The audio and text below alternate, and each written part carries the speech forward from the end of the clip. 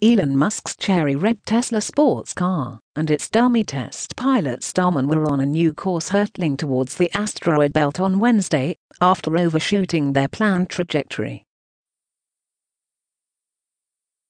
Just hours after Tuesday's spectacular launch from Florida of Falcon Heavy, the world's most powerful space rocket, the billionaire founder of the private spaceflight company SpaceX admitted Starman had been a little heavy on the gas and would travel well beyond the intended target of Mars.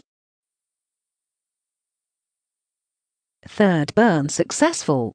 Exceeded Mars orbit and kept going to the asteroid belt, Musk said in a tweet that seemed to confirm the final destination of the mission had changed. Originally, the $100,000 electric Tesla Roadster, chosen by Musk as a whimsical experimental payload for the Falcon Heavy's maiden flight, had been intended to reach a heliocentric orbit roughly the same distance from the Sun as Mars, and orbit for 1 billion years. On its new trajectory, the world's first car-turned spacecraft will take a months-long cruise through deep space before taking its chances in the circumstellar asteroid belt between Mars and Jupiter, where the risk of a catastrophic collision is greater. Some experts fear a bombardment of space radiation might even cause the Tesla to disintegrate before it gets there.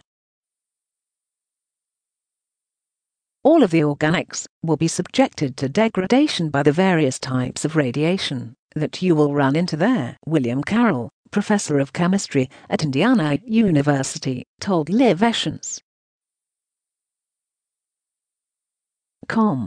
As the bonds break, the car can literally fall apart. Meanwhile, mission managers at SpaceX, the upstart California-based company that hopes to use the demonstration flight to win contracts from NASA, the U.S. military and private space enterprise, have not confirmed whether the course change was by accident or design. But at a press conference late on Tuesday, Musk said longer-range missions were always planned to be within the capabilities of the Falcon Heavy rocket, a 27-engine Leviathan second only to NASA's long-retired Apollo-era Saturn V in terms of sheer lifting power. It can do anything you want. It can launch things direct to Pluto or beyond. No stop needed. Don't even need gravity assist or anything, he said. 2 or 3 Falcon Heavies would equal the payload of a Saturn V. Musk also confirmed the loss after launch of the reusable central core booster, one of 3 of SpaceX's smaller Falcon 9 rockets that were essentially strapped together to form the Falcon Heavy. The 2 side boosters returned safely to landing pads at the Kennedy Space Center, but the third, which had been intended to land on a barge in the Atlantic, crashed into the ocean at 300 miles per hour, showering the deck with shrapnel, according to Musk.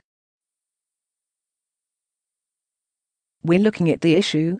The center core obviously didn't land on the drone ship," he told reporters. "We have the video. It sounds like some pretty fun footage if the cameras didn't get blown up as well." South African-born Musk, the billionaire former CEO of the online money transfer company PayPal, said he had invested more than $500 million to get Falcon Heavy off the ground and hoped the success of its first flight would lead to more competition with private spaceflight rivals, including owned by the Amazon tycoon Jeff Bezos. "We want a new space race. Space races are exciting," he said. "It's going to encourage other companies and countries to say, hey, if SpaceX, which is a commercial company, can do this, and nobody paid for Falcon Heavy, it was paid for with internal funds, then they could do it too."